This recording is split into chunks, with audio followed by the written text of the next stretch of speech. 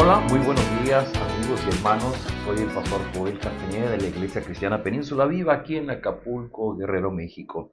¿Sabían ustedes que todos los que hemos creído en Cristo también recibiremos una herencia? Bueno, estamos leyendo el capítulo 26 de Números que Dios está preparando a su pueblo para entrar a la tierra prometida. Dios les había prometido una herencia que era la tierra prometida. Estamos leyendo la última parte del capítulo 26. Ayer leímos sobre el censo, un segundo censo que Dios hizo de todos los hombres mayores de 20 años que entrarían a la tierra prometida. Y dice, versículo 52 en adelante, el Señor le dijo a Moisés, reparte la tierra entre estas tribus para que sean su heredad. Hazlo según el número de nombres registrados. A la tribu más numerosa le darás la heredad más grande, y a la tribu menos numerosa le darás la heredad más pequeña. Cada tribu recibirá su heredad en proporción al número de censados. La tierra deberá repartirse por sorteo según el nombre de las tribus patriarcales. El sorteo se hará entre todas las tribus grandes y pequeñas.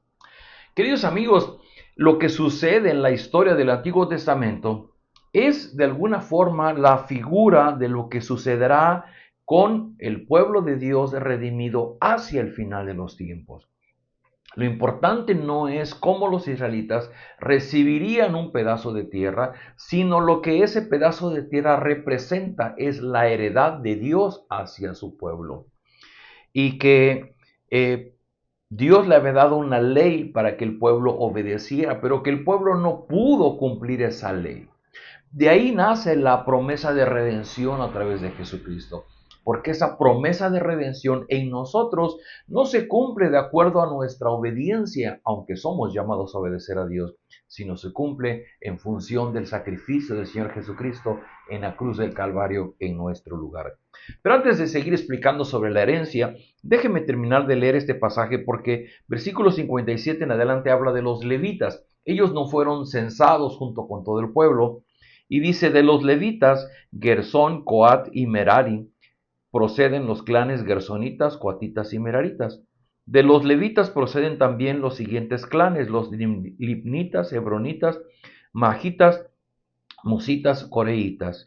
Coat fue el padre de Amirán, la esposa de Amirán se llamaba Jocabed, hija de Leví, y había nacido en Egipto. Los hijos que ella tuvo de Amirán fueron Aarón y Moisés y su hermana Miriam. Mire de dónde viene la familia de Moisés. Aarón fue el padre de Nadab, Abiú, Eleazar y Tamar, pero Nadab y Abiú murieron bajo el juicio del Señor por haberle ofrecido un fuego profano. Se acordará que leímos esa parte. Dos hijos del sacerdote Aarón entraron al lugar santo y encendieron fuego profano, dice la Biblia. Versículo 62, los levitas mayores de un mes de edad fueron en total 23,000. Vea, los hombres de las tribus que fueron censados para ir a la guerra eran mayores de 20 años, pero los levitas eran considerados desde un mes de nacido. Dice, pero no fueron censados junto con los demás israelitas, porque no habrían de recibir heredad entre ellos. Dios había dicho, los levitas no tendrán heredad porque yo soy su heredad. Y ahí está un símbolo muy importante para aquellos que somos hijos de Dios, discípulos de Jesucristo. Dice versículo 63, estos fueron los israelitas censados por Moisés y el sacerdote Eleazar cuando los contaron en las llanuras de Moab, cerca del río Jordán, a la altura de Jericó. Entre los censados no figuraba ninguno de los registrados en el censo que Moisés y Aarón habían hecho antes en el desierto de Sinaí. Si usted tiene su Biblia a la mano, subraye esta parte de este texto porque tiene mucha importancia. Dice, entre los censados no figuraba ninguno de los registrados en el censo que Moisés y Aarón habían hecho antes en el desierto del Sinaí, porque el Señor había dicho que todos morirían en el desierto, con la excepción de Caleb, hijo de Jefone, y Josué, hijo de Nun, ninguno de ellos quedó con vida. Parte de lo que yo le decía ayer, que le pusimos al título devocional, los rebeldes mueren en el desierto, porque todos aquellos que no se someten al reino de Dios, al señorío de Jesucristo, obviamente no han comprendido el Evangelio y quedan fuera del reino de Dios. Pero quisiera regresar a esta parte que habla de la heredad. El pueblo ya está a punto de entrar a la tierra prometida y Dios está dando indicaciones cómo tendrán que repartir la heredad. Y dice, a las tribus más grandes una porción de tierra más grande, las tribus pequeñas una porción de tierra más pequeña, y van a hacer una especie de sorteo. Para los hebreos hacer un sorteo era buscar que la voluntad de Dios se cumpliera en la vida de ellos. Así es como lo están haciendo, pero como les decía, esta palabra de heredad, esta palabra de herencia, tiene un profundo significado porque nosotros, aquellos que hemos creído en Cristo, en el Evangelio, no vamos a recibir un pedazo de tierra.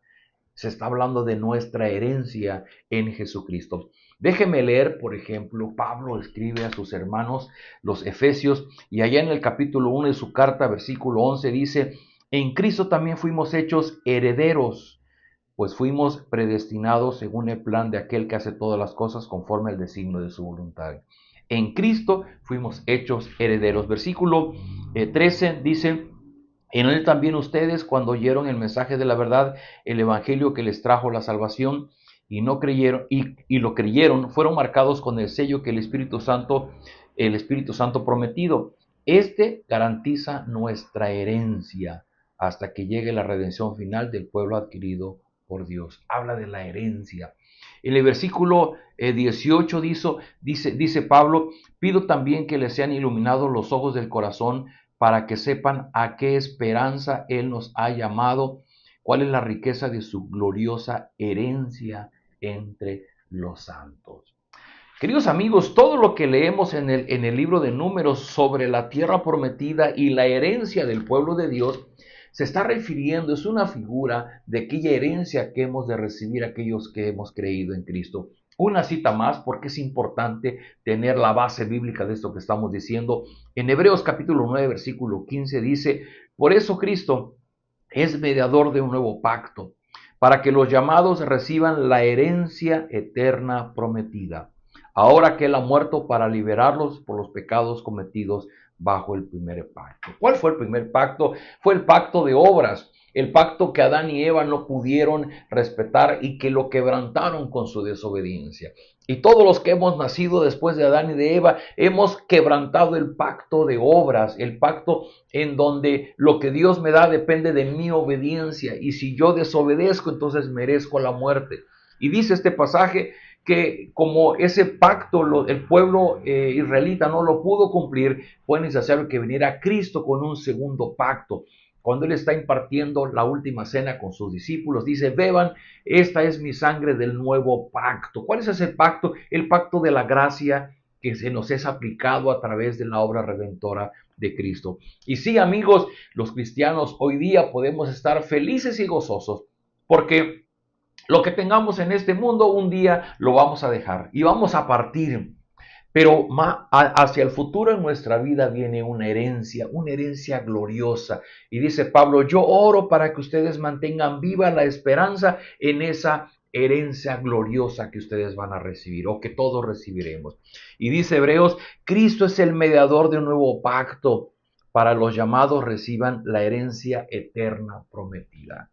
Así es, mis queridos amigos y hermanos, los cristianos tenemos un gozo en nuestro corazón, porque en este mundo podemos pasar 1000 penurias, 1000 adversidades y 1000 dolores, pero nos es prometida una herencia. Esa herencia es nuestro Dios mismo, el poder estar delante de su presencia y donde recibiremos la vida eterna. Esa vida que es mucho mejor que lo que Adán y Eva pudieron haber vivido delante de Dios, en donde nuestra experiencia será total y plena por estar delante de la presencia de nuestro Creador y de nuestro Señor y Salvador Jesucristo. Así es que hoy podemos dar gracias a Dios, podemos dar gracias al Padre por tener una herencia. No entendemos muy bien cómo va a ser, pero va a ser mucho mejor que un pedazo de tierra como el que recibieron los israelitas. Nosotros recibiremos nuestra redención lograda, ganada por Cristo para nosotros. Demos gracias a Dios. Padre, gracias por esta lectura, porque podemos entender que así como los israelitas iban a recibir una herencia, también nosotros, a través del Señor Jesucristo, del nuevo pacto, por su sangre derramada en la cruz del Calvario, hemos de recibir una herencia. Y Seguramente, Señor, tú has preparado algo grandioso para nosotros que nuestra mente finita no alcanza a comprender. Pero si Pablo dice que es una herencia gloriosa, sin duda que así será. Ayúdanos a mantener nuestra esperanza, como dice Pablo, la esperanza puesta en el cumplimiento de esa promesa que tú nos has hecho a través de Cristo. Porque Cristo tanto nos amó que dio su vida para que nosotros tengamos vida a partir de hoy, de este momento, hacia la eternidad. Yo ruego por las personas que escuchan este video, que no han podido encontrar el Evangelio en Jesucristo, que no han creído en Él como Señor y Salvador. Toca sus corazones, abre sus ojos, que puedan ver a Jesús como ese mediador y como aquel que dio su vida para que nosotros tengamos esa herencia prometida. Quédate con nosotros en este día, lo rogamos en su nombre, en Cristo Jesús. Amén. Queridos amigos, nos vemos el día de mañana.